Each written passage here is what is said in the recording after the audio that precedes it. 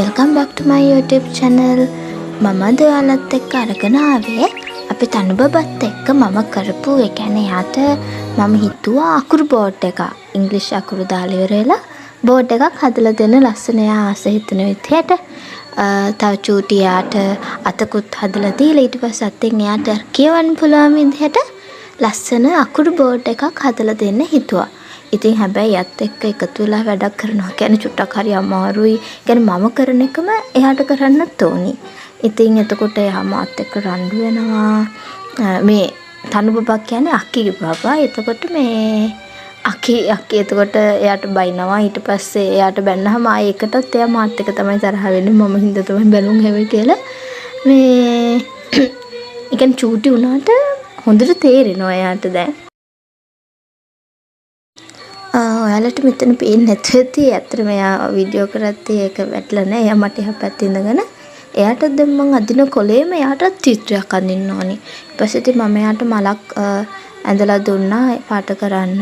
ඊට පස්සේ දැන් එයා ඒක පාට කර නිවාඩු ඉන්නවා. ඒ කියන්නේ ඇත්තටම මේ නිවාඩු වෙලාවට එයත් එක්ක කියන්නේ අවුස්ස ඉතින් ඉන්න එක හරි ෂෝයි. ඉතින් ඔයාලගේ ගෙවල් වල චූටි බබාලා ඉන්නවා නම් ඔයාලත් ඉතින් ඒගොල්ලෝ අවුස්සන්න පොඩ්ඩක් කැමති ඇති. පොඩ තරහ ගස්සුවාම මට චූටි ළමයි පොඩ ඒ කියන්නේ හරි ෂෝයි. ඉතින් ඇත්තටම මේ මගේ channel එකේ හතරවෙනි vlog එක. ඉතින් අලුත් යාළුවෝ ඉන්නවනම් channel එක subscribe කරලා bell icon එක click කරගන්න. මට දැන් තියෙන්නේ මම ලස්සනට මාක පෙන් එකෙන් ඇඳලා හදාගත්ත කපාගත්ත ඒ අත් ටිකට පාට කරන්නයි අකුරු ටික පාට කරගන්නයි.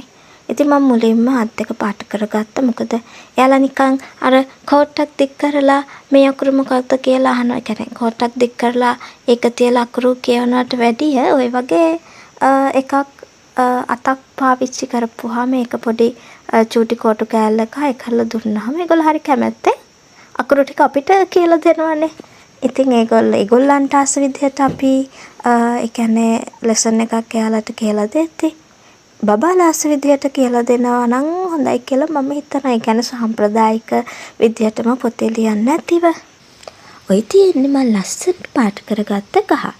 ඉතින් ඒ ගහට මම එක එක කලර්ස් වලින් මල් ටිකක් ඇලුවා ලස්සනට බබාට ආස හිතෙන විදිහට. ඉතින් ඔයාලා බබාලට ආස හිතෙන විදිහට මේ වගේ අකුරු බෝඩ් එකක් පාවිච්චි කරලා බබාලට ඉංග්‍රීසි ෂෝඩිය පුරුදු කරවන්න. එතකොට ඒගොල්ලෝ ආසාවෙන් මේ අකුරු ටික ඉගෙන ගනි.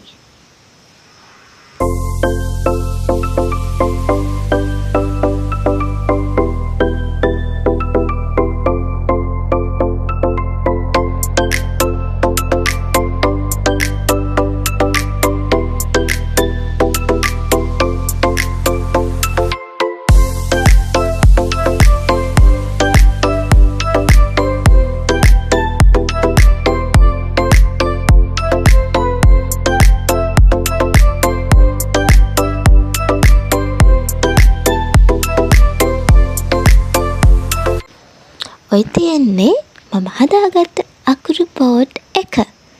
ඉතින් අලුත් වීඩියෝ එකකින් හම්බ වෙනකම් ඔයාලා හැමෝම පරිස්සමින් ඉන්න. බයි.